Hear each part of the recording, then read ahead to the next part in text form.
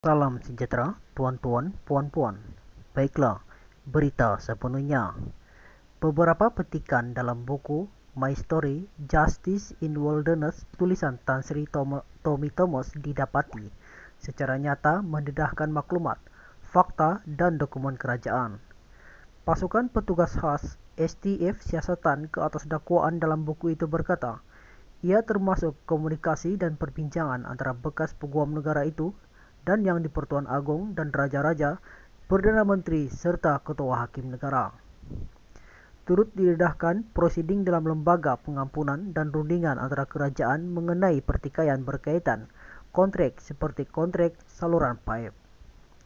Petikan itu berkaitan komunikasi antara Tan Sri Tommy yang di-Pertuan Agong dan Perdana Menteri sebelum beliau secara rasmi dilantik sebagai peguam negara atau ketika memegang jawatan itu. Ia membabitkan komunikasi yang boleh memberi kesan kepada rundingan antara kerajaan persekutuan dan pihak ketiga yang mempunyai pertikaian kontrak dengan kerajaan serta antara kerajaan persekutuan dengan Sabah dan Sarawak mengenai perkara berkaitan pelaksanaan Perjanjian Malaysia 1963 MA63.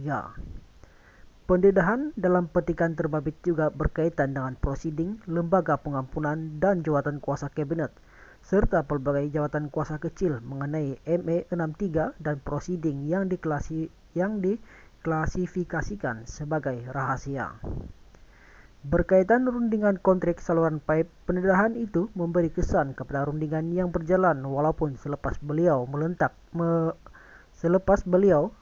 meletak jawatan, katanya.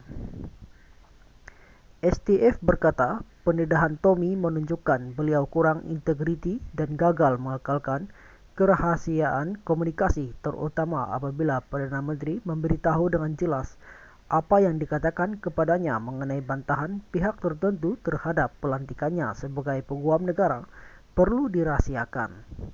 Selain itu, katanya adalah tidak wajar bagi Tommy mendedahkan yang di-Pertuan Agong membantah pelantikannya.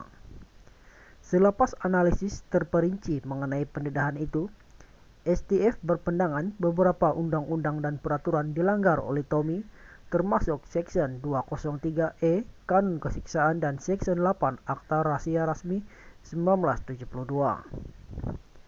STF turut mengesarkan siasatan dijalankan bagi menentukan sama ada wujud konflik kepentingan dalam pelantikan Vinayak Pradhan sebagai pengarah pusat Timbang Tara Antarabangsa Asia AIAC. Melalui buku itu, ada bukti kukuh menunjukkan hubungan rapat antara Tommy dan Vinayak yang bermula sejak sekolah menengah. Dalam menganugerahkan jawatan itu kepada Vinayak, Tommy tidak mengendahkan undang-undang, amalan dan prosedur termasuk mengenampingkan kuasa menteri di Jabatan Perdana Menteri Undang-Undang Datuk V.K. Liu dan merampas kuasa beliau dan paling penting melanggar Akta Fungsi-Fungsi Menteri 1969, katanya.